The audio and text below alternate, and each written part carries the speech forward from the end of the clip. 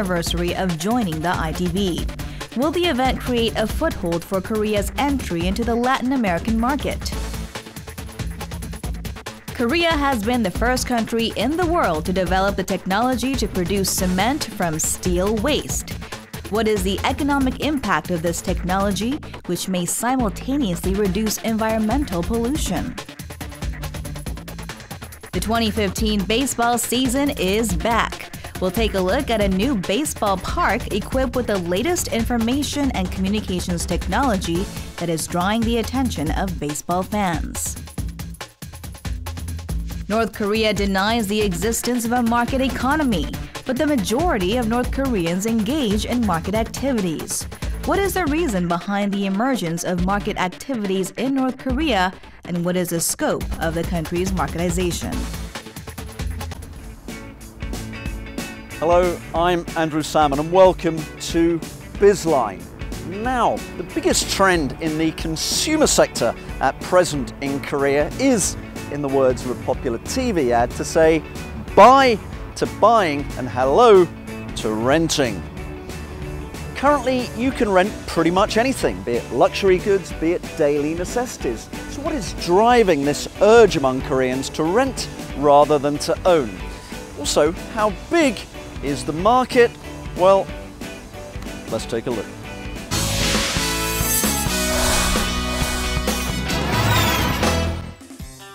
The days where consumers bought things at full price are now gone. There's nothing you can't borrow in the rental market these days. Let's take a look at the latest consumption trend, the rental market. Beautiful paintings decorate the halls of this security company.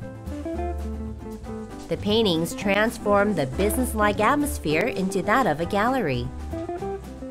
It's a pleasure to view them, but the paintings can cost anywhere from thousands of dollars to tens of thousands of dollars. The cost can quickly add up to be a burden for the company. But at this company, they rent the paintings instead of buying them. 특히 저희 같은 법인에서 수백, 수천만 원을 호가하는 작품을 구매하기에는 좀 부담스러운 면이 있는데 월 3만 원에서 한 2, 30만 원 정도의 좋은 작품들을 렌탈할 수 있으니 비용적으로도 부담이 없어서 좋았습니다. The open gallery rents out expensive artwork so anyone can easily enjoy viewing them. Their clients are expanding from individual customers to various corporate clients such as conglomerates, hospitals, and even beauty salons. 저희는 그 공간의 특성상 VIP 고객의 방문이 많습니다. 정기적으로 공간 분위기를 바꿔야 하는 경우도 많고요. 이런 점에서 오픈 갤러리의 그림 렌탈 서비스는 굉장히 매력적이었습니다. 3개월마다 새로운 작품으로 교체하고 자주 내방하시는 고객님들에게 계절별로 새로운 분위기를 제공해 드릴 수 있었습니다. Renting artwork is simple. The first step is to consult with a professional curator. They take care of everything from delivery to installation to collection services. And just like that, a dull living room or office becomes lively. 대중들은 갤러리에는 비싼 작품밖에 없다는 인식 때문에 가기에 어려워했고요. 그렇다고 고속터미널 상가에 있는 프린팅 액자 같은 건 사고 싶지 않아 했고요. 즉 작가들도 소통의 욕구가 있고 대중들도 젊은 작가 작품을 관심 있어 하는데 그 둘이 만날 수 있는 접점은 기존 미술 시장에서는 부족했습니다. 그래서 전시 공간을 일상 공간으로 확장해 보면 어떨까 하는 생각으로 미술품 렌탈 서비스를 시작하게 되었습니다. With more and more people choosing to rent instead of buying, the products and services available for rent is also growing as well. According to the Korea Rental Association, the domestic rental market has grown 4 times from about $3 billion in 2006 to a size of $12 billion in 2013. 예전에는 이제 돈을 지불하고 구매해서 물건을 소유하는 소유형 소비 형태였다고 한다면 이제는 이제 체험형 또는 향유형 소비 형태로 이제 바뀌어 간다라는 거죠. 굳이 이제 구매를 해서 물건을 소유하려고 하는 게 아니라 제품을 통한 향유나 경험 같은 것들을 원하는 소비자가 점점 많아지고 있다. 이렇게 말씀드릴 수가 있겠습니다. This housewife rents most of her household items. From air purifiers to bidets, it's cheaper to rent than buy. And you don't have to worry about maintenance either. Since her baby was born, she's also been renting nursery products and toys as well.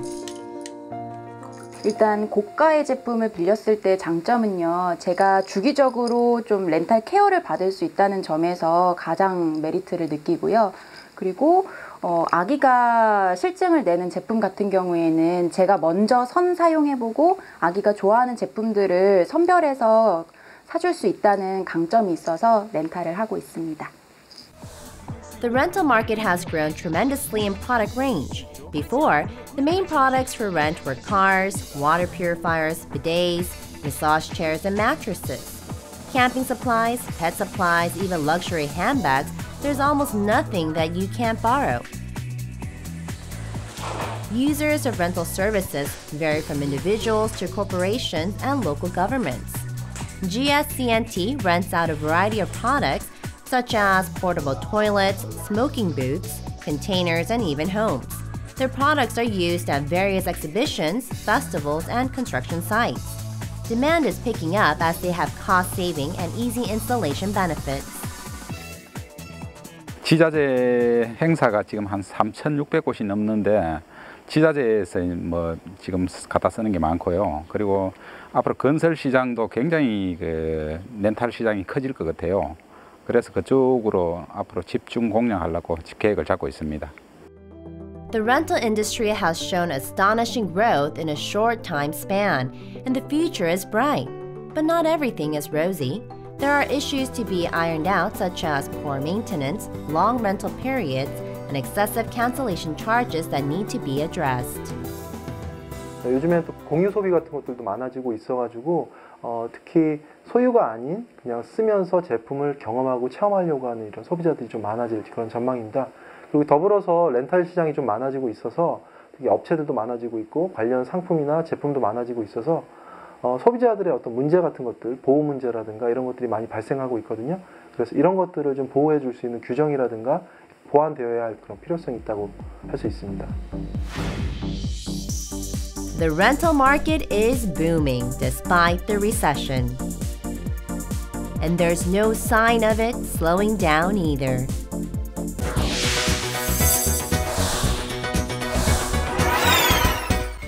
The annual meeting of the governors of the Inter-American Development Bank and the Inter-American Investment Corporation is currently underway here in Korea. And this is the largest ever Latin American relating meeting to take place in this country. So, what's being discussed?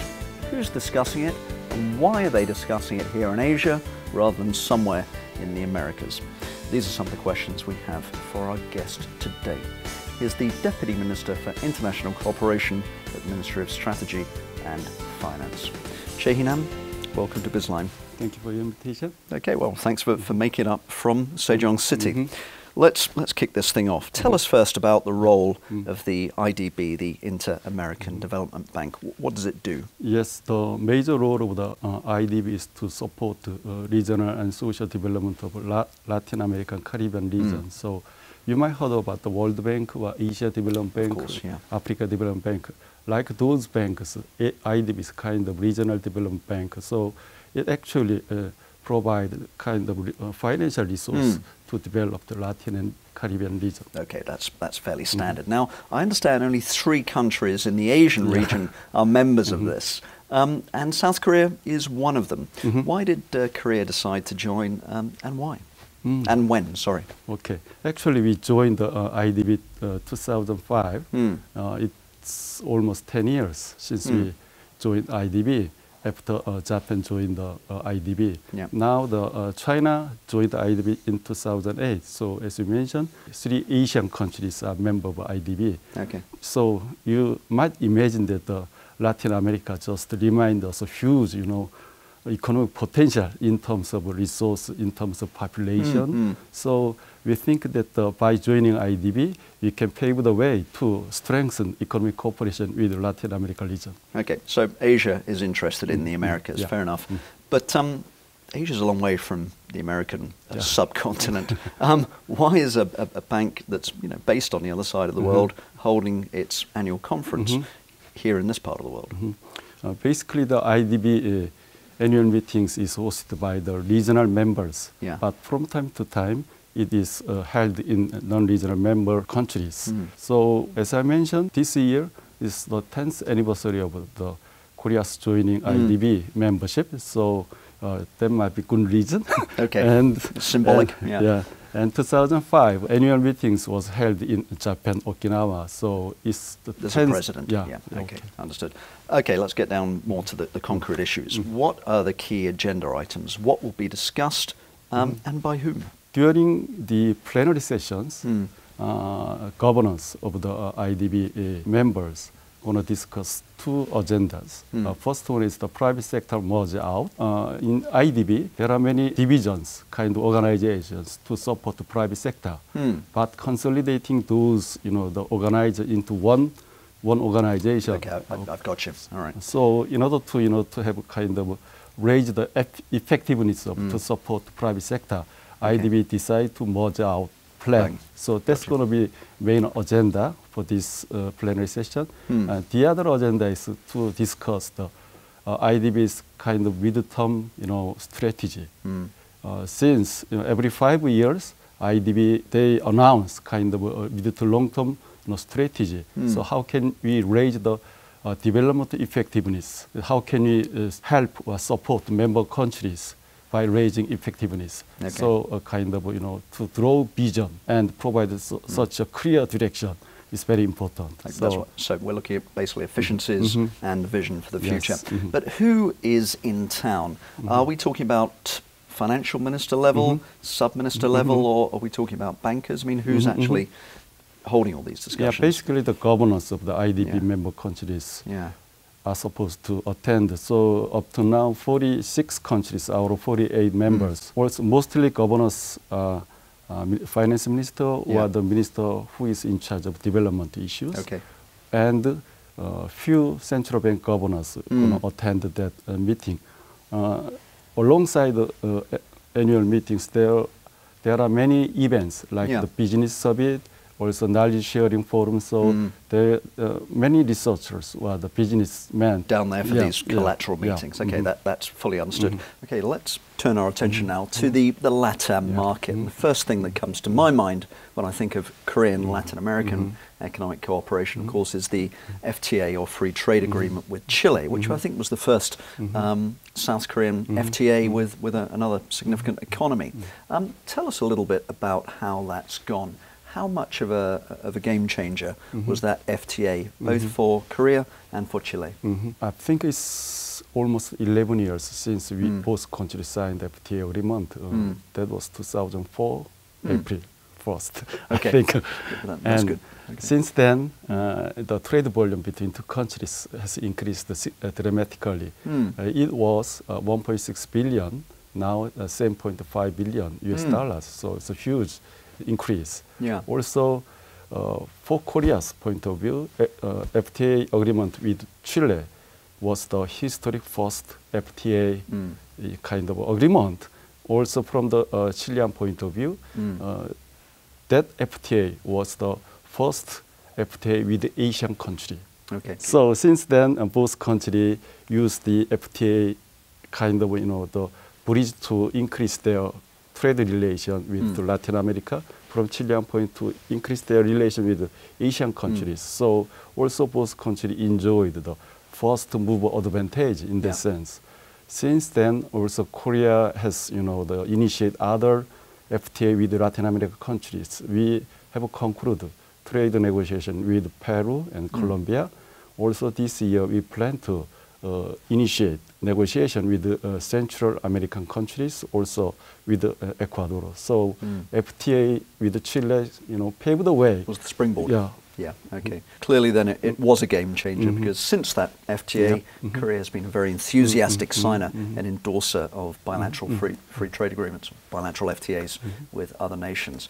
But let's move on to the bigger picture, all of South America and Central America. What are the trade and investment status for Korean trade, Korean investment with the Latin American economies? During the last 10 years, our trade volume with the Latin American countries has doubled. So the number from last year is $54.2 billion US dollars. Also, the share of the trade with Latin Americas has increased from 3.8% to 4.9% from 2013 to 2014. You know, the trend is increasing. That's very important. Regarding the investment relationship, so also like the trade, investment has increased. For example, even though last year Korea's FDI has decreased 7.1%, but our FDI to Latin America has increased 4.7%. So it's that shows kind of a strengthening relation between Korea and Latin America countries. Of course, compared to the big three, North America, East Asia, and the EU, I think Latin America is not really on people's mind maps as an economic destination. But I understand that Korea now sees Latin America as a region with very significant economic potential. Why so? What would you say are the key sectors for Korean businesses in Latin America? Generally, Latin American countries are perceived as so young countries because of the demographic point of view. Because they're literally young countries. Literally. Okay. The moderate population is kind of less than 30 years old. That means they're going to be huge potential. Also, the portion of the middle class is 41%. That means also the potential, for consumption or economic growth. Also, Latin American countries perceived as a kind of the natural resource abundant area. For example, from the rice or wheat or from agricultural products to the natural resource like the copper, iron, ore, or zinc kind of thing. So from that point of view, Latin America is a very, very important trade partner. So it's looking good. I wasn't aware quite of the potential. I mean, you've sketched that out very concisely. But how do Latin American countries see Korea now? Is there interest from them in coming here to do business, to invest? Yes. The most valuable thing, I think, is from the Latin American countries' point of view. So Korea is quite different from other countries because, from the poor country, now Korea has changed to donor country. So the hero story. What is the recipe? What is the secret? So what is that secret? That's worth knowing.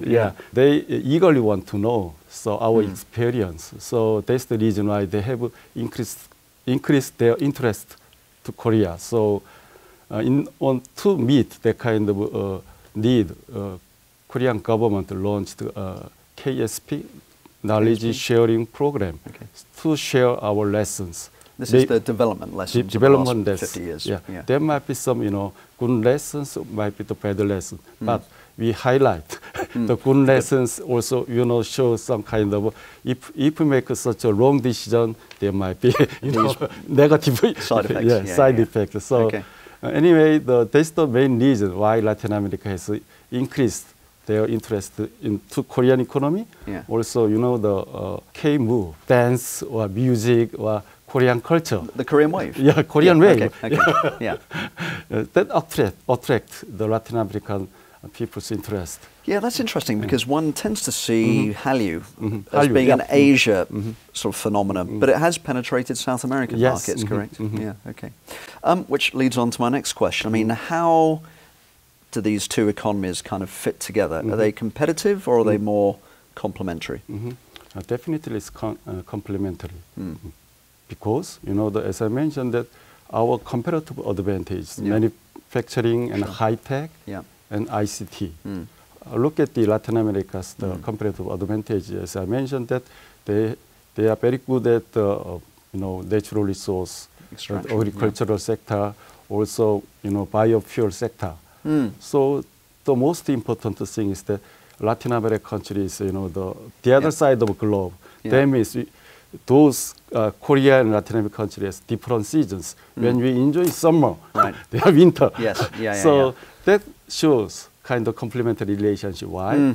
When you grow, you are very good at the raising agricultural products.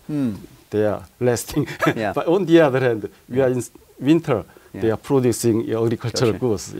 So kind of complementary relations, both economically and geographically. Okay. Well, the joy of world trade. I mean, here's the final question for you. This is, I guess, the first time this meeting has been held in Korea. It's a very significant opportunity for Korea to present to Latin America. What is the one critical message Korea should send to Latin American conference goers? These annual meetings, we actually want to use good opportunity to deepen mutual understanding. So our slogan to this annual meeting is Gateway to Latin America and Caribbean region. So obviously there are three objectives for how can use this kind of good opportunity. First one is new business opportunities. By using the annual meetings as a platform for to deepen the mutual understanding. There are going to be many events like the business summit or one-to-one business, negotiation kind of. Also, there are going to be some, many Korean companies, Korean business booths, to provide kind of opportunity to exchange views. Must be going all around the conference, I guess. Yes. Okay. And the other one is more stronger economic cooperation between Korea and Latin Americas. So take advantage of this opportunity. We're going to launch new kind of economic cooperation with IDB, also with the Latin America countries. So we're going to announce kind of several projects to support from Korea to Latin American countries. What kind of projects are we talking about? Is this infrastructure projects? Yeah, infrastructure project. Major tool is the EDCF, Economic Development Cooperation Fund. It's a kind of development aid to Latin American countries. We're going to sign several MOU with the Latin American countries. Also, we're going to announce co-financing agreement with IDB.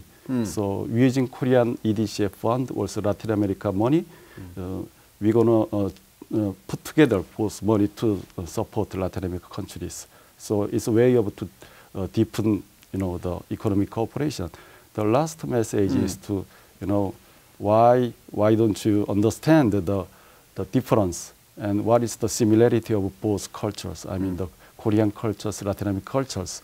So we're going to host several, cultural events, including Latin America Film Festival, also Latin dance. Very appropriate in Busan, Latin dance competition. Also, there are going to be some exhibition for Latin American paintings, Latin American pictures. So that help us to deepen our understanding on Latin America.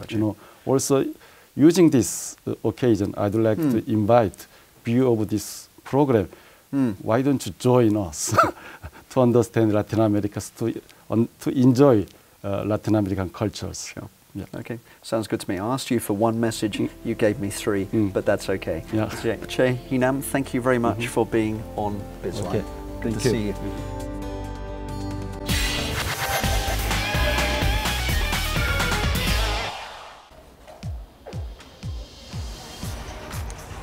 Korean researchers have not yet worked out how to turn water into wine.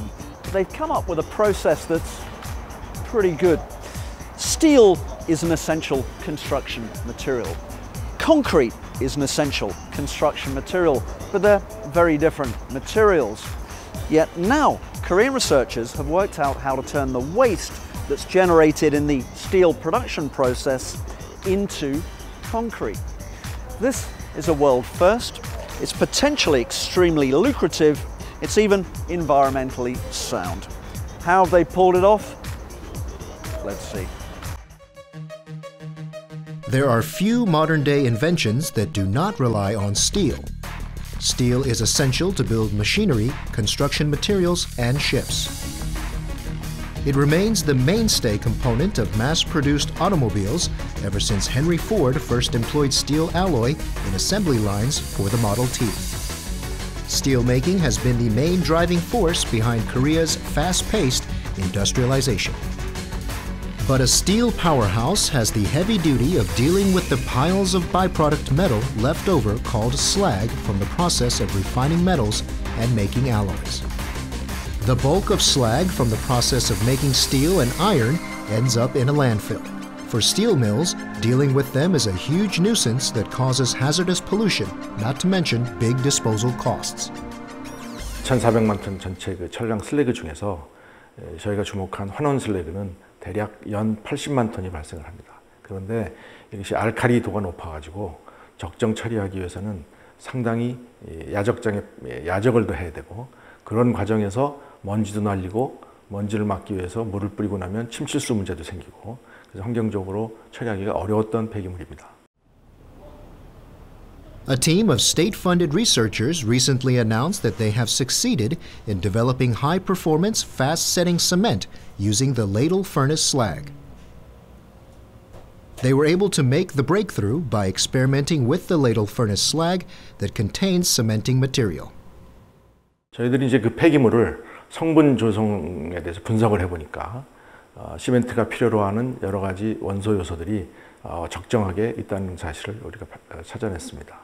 그래서 제일 중요한 칼슘 성분, 또 알루미늄 성분, 또 실리카 성분 등등이 그 배합 그 조성 비율이 시멘트가 요구하는 거와 매우 유사한 점을 발견을 하고 이것을 어떻게 시멘트화할 수 있을까에 대한 기술 개발에 착수하게 되었습니다.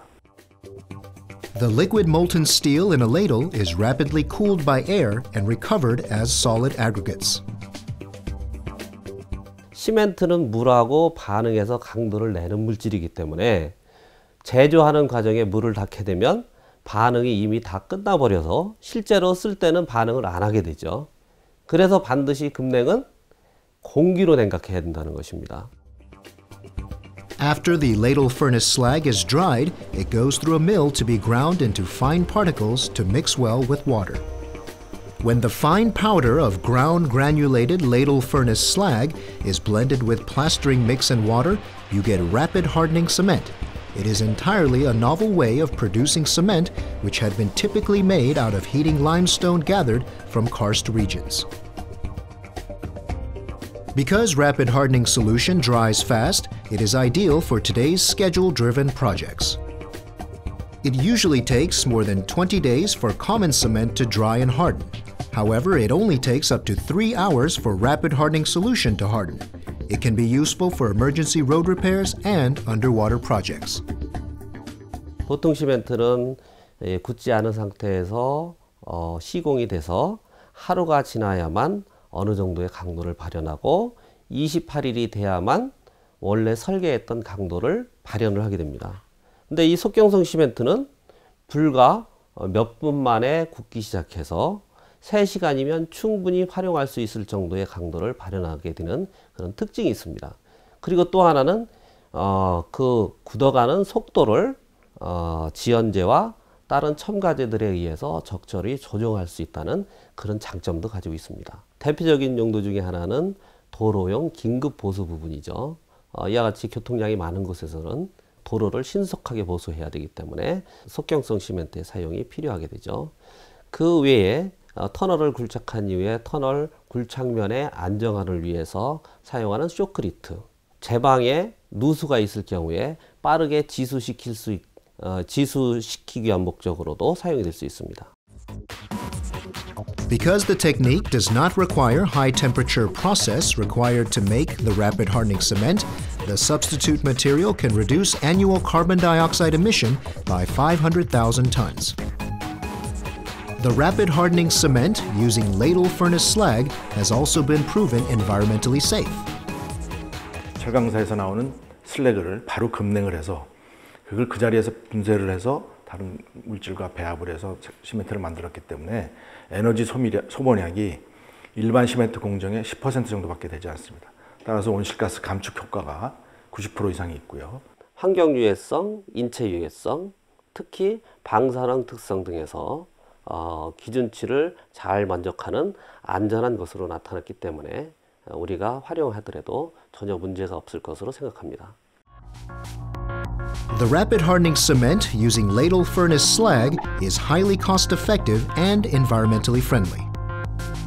Over 17 million tons of reduced ladle furnace slag is produced yearly across the globe. The Korean technology can convert the waste into $6 billion worth of rapid setting cement. The technology can also save ladle furnace slag disposal costs that reached $4 million a year. It also allows localization of rapid hardening cement, as more than 80% of it is currently being imported.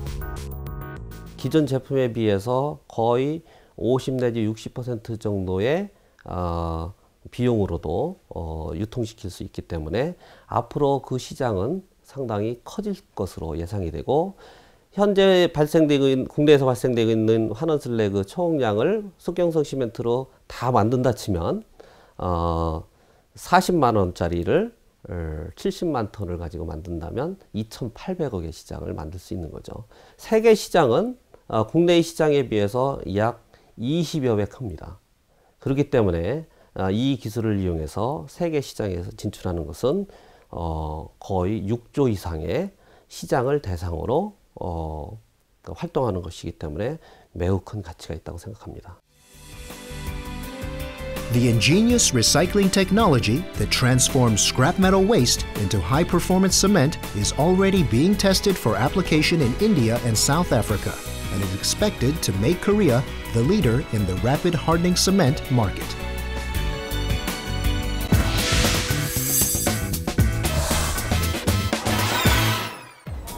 Korea's most popular spectator sport is baseball, and the pro season 2015 has just got underway. And there's good news this year for baseball fans who are also high-tech aficionados, because a whole new range of baseball stadia outfitted with all the latest ICT infra are now coming online. Services available include simultaneous Wi-Fi provision for over 100,000 people, beacon services, even smart food ordering services. These mean that baseball fans will be able to order food without standing up, without leaving their seats, and without missing any of the action. Baseball, Korea's most popular sport, is set to start its season. Information and Communications Technology, or ICT, is changing how people experience baseball in the stadiums. We take a look at how ICT has transformed stadiums into smart ballparks. The long line of people waiting to buy tickets to games is a good example of Koreans' love of baseball. Many games are sold out. Many people also wait in line all night long to buy tickets to important games. But we may not see these long lines this year. Munhak Stadium in Incheon is busily preparing to welcome baseball fans. Spectators enter the gates by scanning their smartphones. You don't have to wait in long lines anymore. Just download an app that lets you reserve the seat of your choice. After you pay for the ticket online, a mobile ticket is sent directly to your phone, and you can enter by tagging your phone. You don't have to wander around to find your seat in a stadium with over 27,000 seats. A 3D map shows you where your seat is. You can also receive discount coupons for stores that are located on the way to your seat. 기존에는 볼 수 없었던 어떤 길 안내 서비스라든지 아니면 티켓 예매라든지 이런 기능들을 활용할 수 있어서 너무 편리했습니다. When you sit down, you receive information on the day's game, such as player lineups. Services are customized depending on the user's position and situation through beacon terminals that are set up throughout the ballpark. 이번 문학 야구장의 가장 큰 변화는 220개의 지향성 비콘이 설치됐다는 부분인데요. 이 지향성 비콘을 통해서 체크인뿐만 아니라 자석 안내 같은 3D 맵 기술이 적용되어 있고요. 그래서 본인이 원하시는 곳까지 내비게이션 기능으로 이용하실 수 있습니다. 그리고 블록 단위로 이벤트도 진행이 돼서 특정 블록만 대상으로 이벤트 쿠폰이 간다든지 이런 정밀한 치기 기술이 적용되어 있습니다. The biggest change to ballparks this year is the introduction of beacon technology. It's not just Munhak Stadium either. Other stadiums in Suwon and Daejeon have also installed beacons. Beacons are short-range wireless communication devices that use Bluetooth technology. A key feature of beacons is that they provide indoor location information. 또 비콘 같은 정보 서비스는 경기를 관람하고 즐기는 사용자들에게 직접적인 좌석 정보라든가 서비스를 제공한다는 장점이 있어서 그 팀에 대한 충성도와 기업의 친밀감을 높일 수 있는 그런 효과적인 서비스라고 할 수가 있겠습니다. Fans will also get services tailored to each person. A variety of services and events will be provided depending on different categories like the number of attendants, birthday, and seat location. KT, which is a newly formed team this year, opened its smart baseball park, the Suwon Wiz Park, which is full of information and communications technology. KT installed 200 Giga Wi-Fi terminals to allow up to 100,000 simultaneous Wi-Fi connections. AP 간 간섭이 없이 전체적으로 할 수 있게끔 일단은 그 환경 구성을 다 해놨고요. 그러므로 해서 그 전체적으로 서비스를 할 수 있게끔 구현을 해놨습니다. Watching a game for 3 hours can make you hungry. You can order food right from your seat through your smartphones. There's no more waiting in line as the food is delivered right to your seat. 네, 야구장에 오면 항상 사람 많고 저기 음식 주문하는데 줄도 많이 서 있고 했는데요. 자리에 앉아서 한 번에 먹게 되니까 배달까지 되니까 편안하게 야구 경기에 더 집중해서 재밌게 즐겁게 즐길 수 있을 것 같아요. Players' uniforms, a key item for baseball aficionados, have also incorporated ICT. Commemorative uniforms sold to fans have embedded near-field communication or NFC tags so that touching the tag with a smartphone will automatically link to the fan page. 그 유니폼에는 그 태그를 하게 되면은 본인이 좋아하는 어떤 선수들이 있을 거예요. 그러면 그 선수들에 대한 정보들을 미공개 영상이라든지 그 사람들의 특화된 정보들을 볼 수 있게끔 일단 구현을 해놨고요. Linking baseball stadiums with ICT is providing a new baseball experience to fans. Korea has the perfect environment for using ICT in professional baseball as it has the world's largest network infrastructure and the highest smartphone dissemination rate. 프로야구가 대중화해서 이제 개발해야 되는 그러한 전략으로 바뀌어가고 있습니다. 그래서 CRM적인 측면에서 고객들에게 어떤 서비스를 제공하느냐 하는 측면에서 이 ICT는 가장 각광받는 그런 프로그램이 하나가 될 수가 있고 이러한 야구장에서의 ICT는 점점 더 다양한 방법으로 또 여러 가지 혜택들이 팬들에게 주어질 그런 기회가 올 것 같습니다. Professional baseball in Korea begins anew this year with the launch of a 10th club. Watching baseball will become more enjoyable and smarter for baseball fans with the launch of the latest ICT.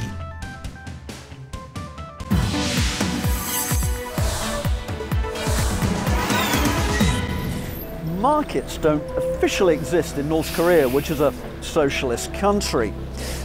Yet during the horrific famines of the 1990s, markets sprung up nationwide.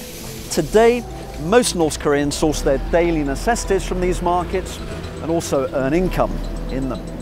So, how sophisticated are the markets in North Korea today?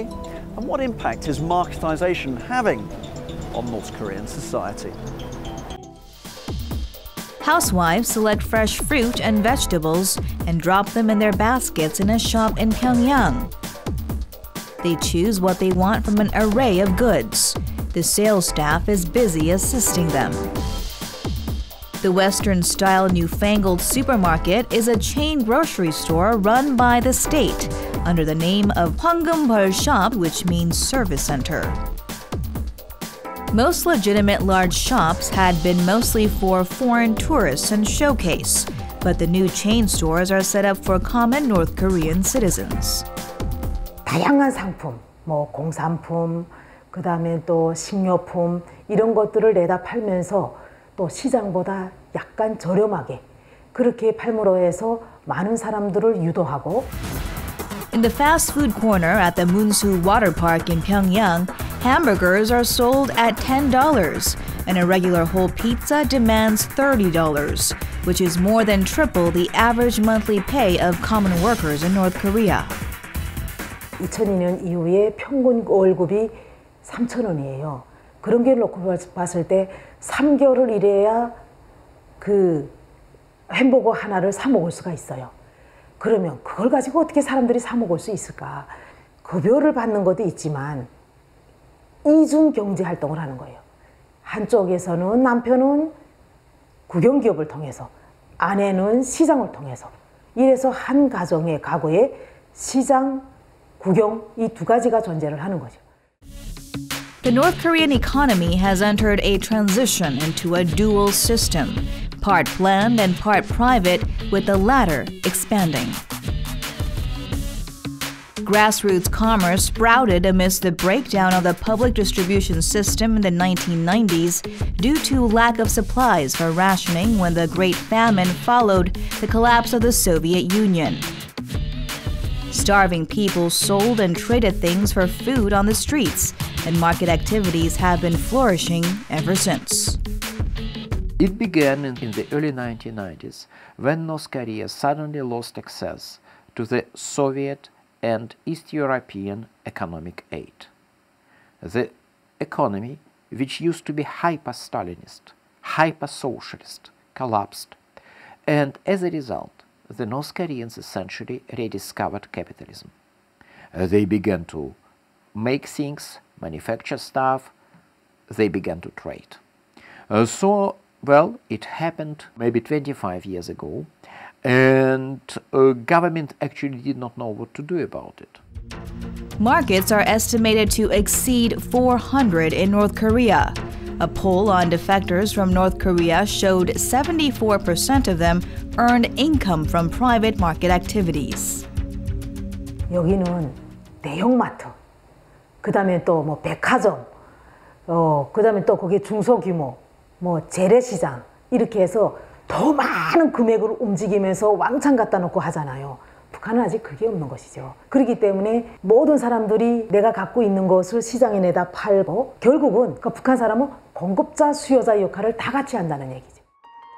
The private enterprise market has gotten too big for state control. Instead of stifling their proliferation and growth, North Korean authorities are now accepting and incorporating private market and business activities.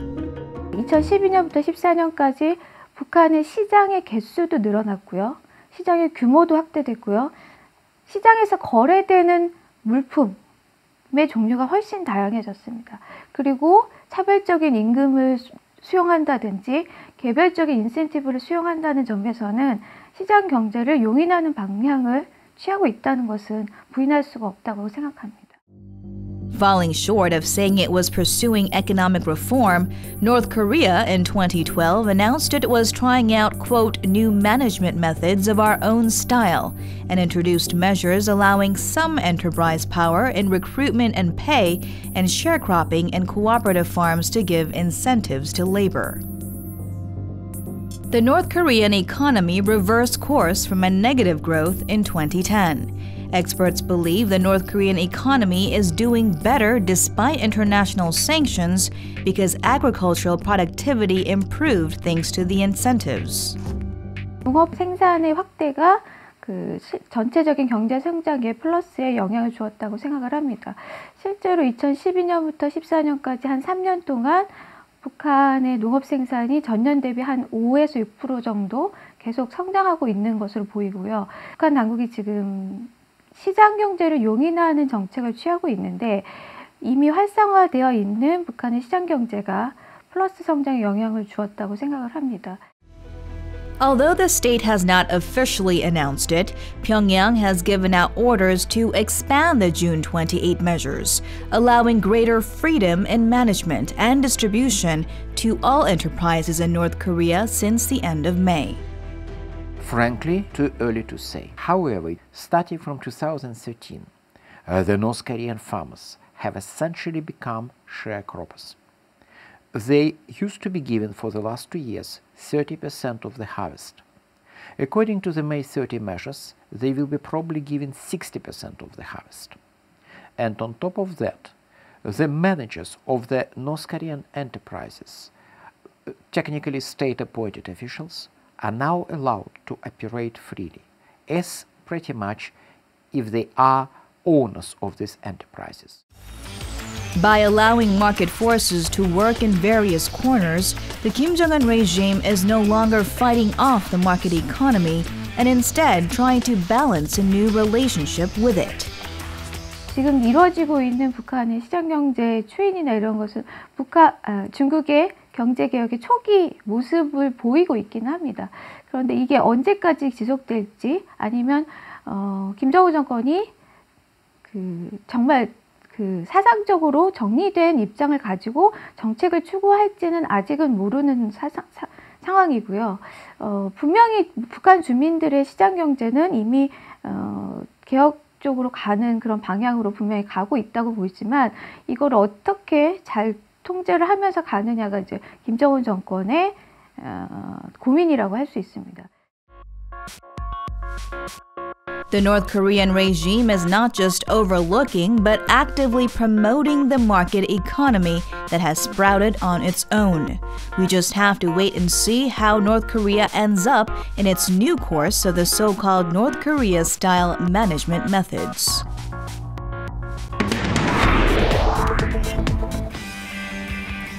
And that's all we have time for on BizLine this week. But do join us again next week because we'll be investigating Korea's latest FTA or Free Trade Agreement, which was signed with New Zealand. We'll also be delving into Korea's plastic mania. Why are Koreans such enthusiastic users of credit cards? So do join us then, but that's all for now. I'm Andrew Salmon. This was BizLine. Thank you for watching. Goodbye.